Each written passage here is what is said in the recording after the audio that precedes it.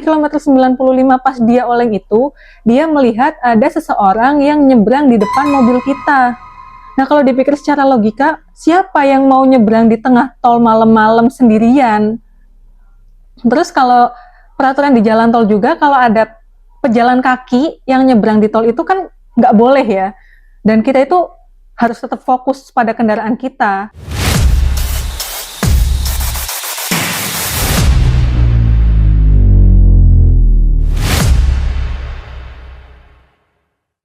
Assalamualaikum warahmatullahi wabarakatuh. Hai, ini Nugi.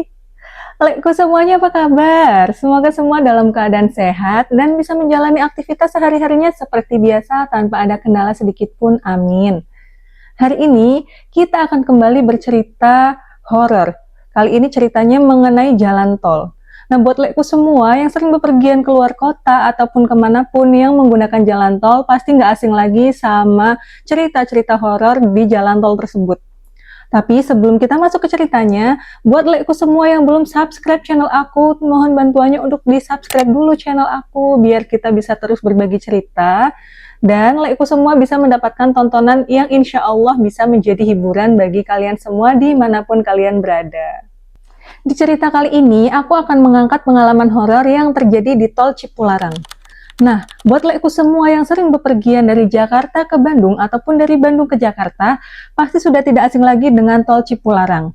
Tol yang menghubungkan antara Cikampek, Purwakarta, dan Padalarang ini memiliki panjang kurang lebih 58,5 km dan memiliki kontur jalan yang naik, turun, serta berkelok-kelok tajam. Banyaknya cerita horor dan insiden-insiden yang sudah terjadi di tol Cipularang yang merenggut banyak korban ini mengingatkan kita untuk senantiasa waspada ketika berkendara di jalan tol, terutama di tol Cipularang. Pengalamanku ini terjadi di kilometer 95 tol Cipularang arah ke Bandung. Nah, beberapa waktu sebelumnya telah terjadi sebuah insiden kecelakaan yang cukup memilukan, yaitu kecelakaan beruntun di kilometer 92 arah Jakarta, yang melibatkan sebuah truk yang mengalami remblong menabrak beberapa kendaraan yang sedang macet di lajur kanan. Pada saat itu, aku dan suamiku ini mau pulang ke Bandung.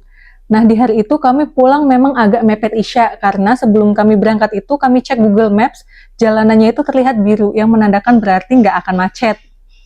Makanya kita jalan agak santai. Sebelum masuk di tol Karawang Barat itu, kami sempat nyari jajan-jajan dulu di pinggir jalan, buat kami makan di dalam mobil nantinya, biar kami tuh nggak usah turun ke rest area lah buat jajan gitu ya. Udah tuh, habis itu kita masuk ke dalam tol Karawang Barat, jalan lancar, tanpa ada kendala apapun, jalanannya juga cukup lengang, dan kami nyetel musik sambil karaokean berdua, karena pada saat itu kami pulang berdua. Udah tuh jalan lancar, sampailah kita di tol Cipularang.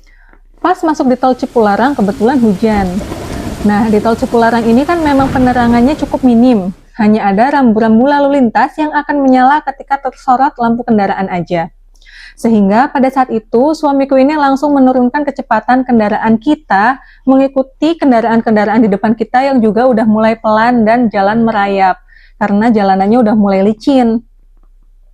Udah kita jalan lancar merayap tanpa ada kendala apapun, masih lancar-lancar aja. Kita masih karaokean, masih nyanyi-nyanyi, dan masih makanin jajan yang kita beli sebelum masuk tol itu. Sampailah di kilometer 94.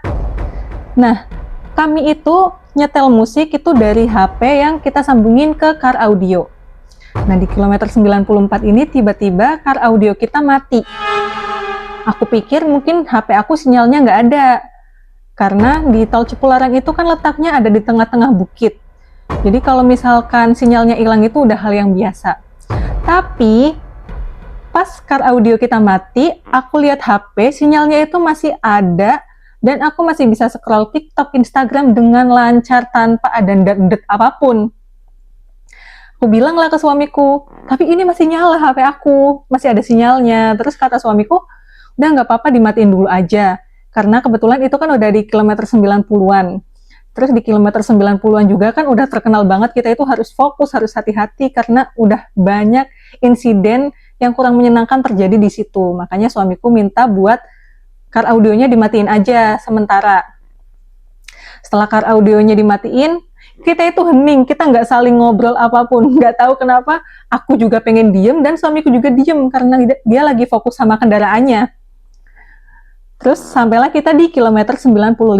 Pas di kilometer 95, suamiku ini tiba-tiba oleng sebentar gitu, kayak lagi ngehindarin sesuatu.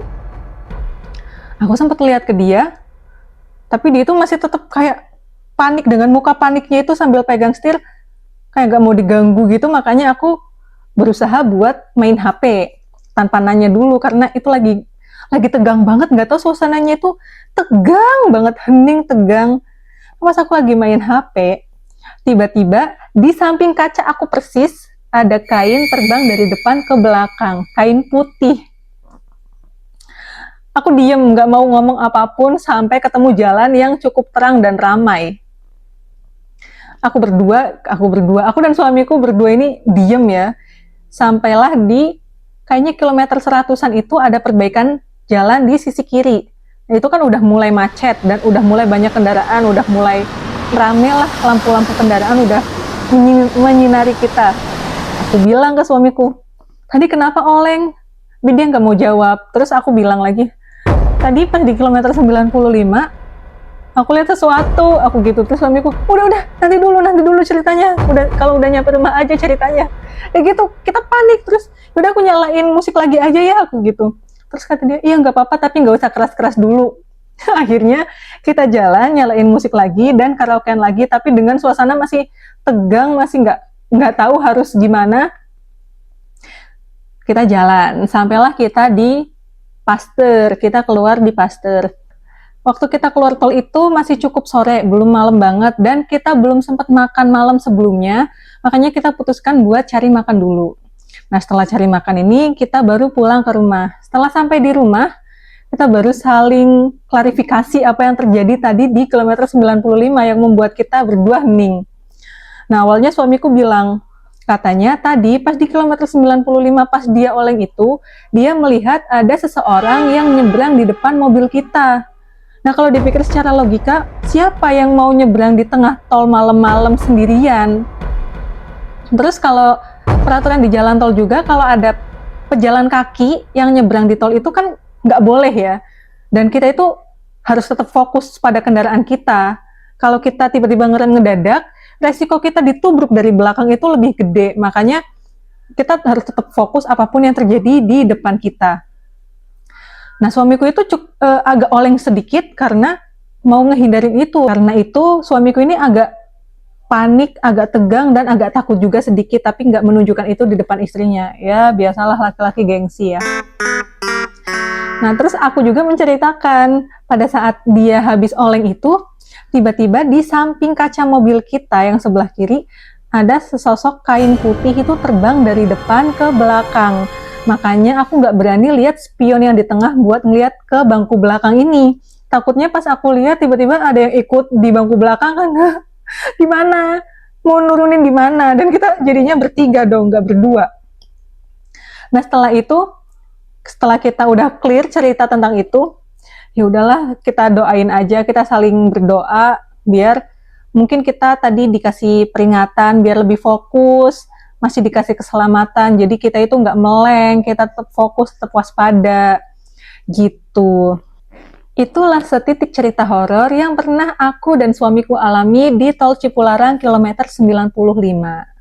Sebenarnya cerita ini aku bagikan buat pengingat kita semua, terutama lekku yang sering bepergian dari Jakarta ke Bandung ataupun dari Bandung ke Jakarta, agar bisa selalu fokus, lebih hati-hati, dan lebih waspada ketika berkendara di dalam tol, terutama di Tol Cipularang.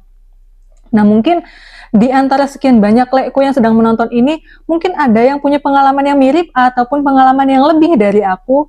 Ayo dong ceritain, biar lekku yang lain ini bisa tahu cerita kalian dan bisa lebih fokus ketika berkendara di situ, lebih hati-hati lagi gitu. Bukan bermaksud untuk menakut-nakuti, tapi untuk mengingatkan agar kita lebih berhati-hati dimanapun kita berada. Cukup sekian video dari aku. Apabila ada salah kata, salah perbuatan, ataupun tingkah laku aku yang kurang berkenan bagi lekku semua, aku memohon maaf yang sebesar-besarnya. Dan jangan lupa buat lekku yang sudah menonton video ini, jangan lupa di like, komen, dan subscribe channel aku biar aku bisa terus berbagi pengalaman, berbagi cerita horor untuk kalian semua dan bisa menjadi hiburan buat kalian dimanapun kalian berada. Kalau ada masukan ataupun kritik yang membangun, silakan. Akan aku terima dengan senang hati dan akan aku jadikan sebagai perbaikan di konten-konten aku selanjutnya. Sekian dari aku. Wassalamualaikum warahmatullahi wabarakatuh. Dadah.